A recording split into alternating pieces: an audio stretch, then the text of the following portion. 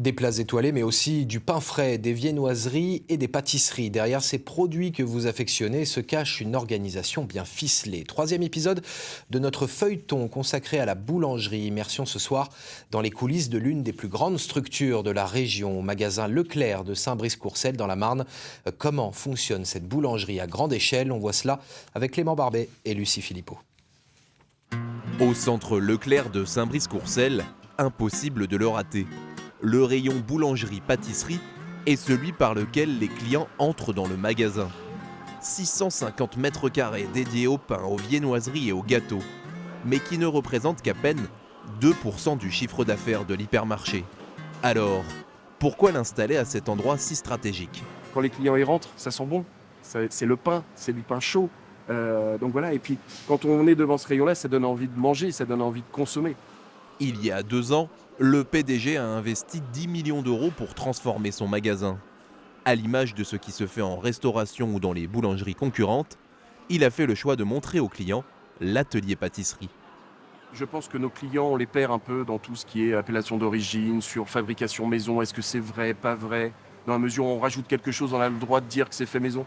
Là, vous pouvez regarder par vous-même. Aujourd'hui, toutes les pâtes, les fonds de tarte sont faits maison, tous les assemblages sont faits maison, tout ce qui est recettes, c'est fait maison. De l'autre côté de la vitre, Christophe et ses équipes sont arrivés à 4 heures ce matin. Aujourd'hui, c'est vendredi, l'une des plus grosses journées de la semaine. Ils préparent 140 entremets, rien que pour le rayon libre-service. Tout ce qui est ici, là, on prépare tout ça pour demain. Et demain matin, j'ai une emballeuse qui est là, Yannick, qui arrive à 3h du matin, puis elle commence à emballer tout ce qu'on a fait pour que le rayon soit prêt à 8h30. Mais c'est du côté de la boulangerie que les volumes sont les plus impressionnants. 800 000 pains sont fabriqués ici chaque année. Ce matin, Yann s'occupe des baguettes. Aujourd'hui, je suis en baguette de tradition, je suis à 1100 baguettes, rien que ce matin.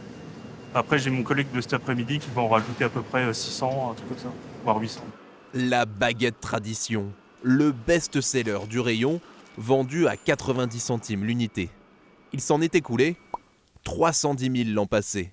Mais le produit d'appel, c'est elle. La baguette premier prix à 28 centimes. On est capable aujourd'hui de sortir une baguette à 28 centimes. Ça ne veut pas dire que c'est pas une bonne baguette. C'est de la farine locale, mais qui est faite avec des process industriels, mais qui sont fabriqués sur place, qui sont pétris sur place, qui sont façonnés sur place et qui sont cuits dans nos fours. Pourquoi est-ce qu'on arrive à faire un prix aussi faible? C'est parce qu'aujourd'hui, on passe beaucoup de volume. On passe beaucoup de volume, on n'impose pas à nos clients de les consommer, c'est parce que nos clients en veulent. Même si la grande majorité des produits sont faits maison, il reste un secteur où l'hypermarché ne peut pas lutter, c'est la viennoiserie. Croissants et pain au chocolat sont achetés à un fournisseur, puis cuits sur place. On a essayé, par rapport à des recettes qui sont traditionnelles, on n'arrive pas à avoir un écart de goût gustatif qui justifierait le fait qu'on passe beaucoup de temps à fabriquer ces produits. En 2025, le rayon boulangerie-pâtisserie du centre Leclerc de Saint-Brice-Courcelles a réalisé un chiffre d'affaires de 3,5 millions d'euros.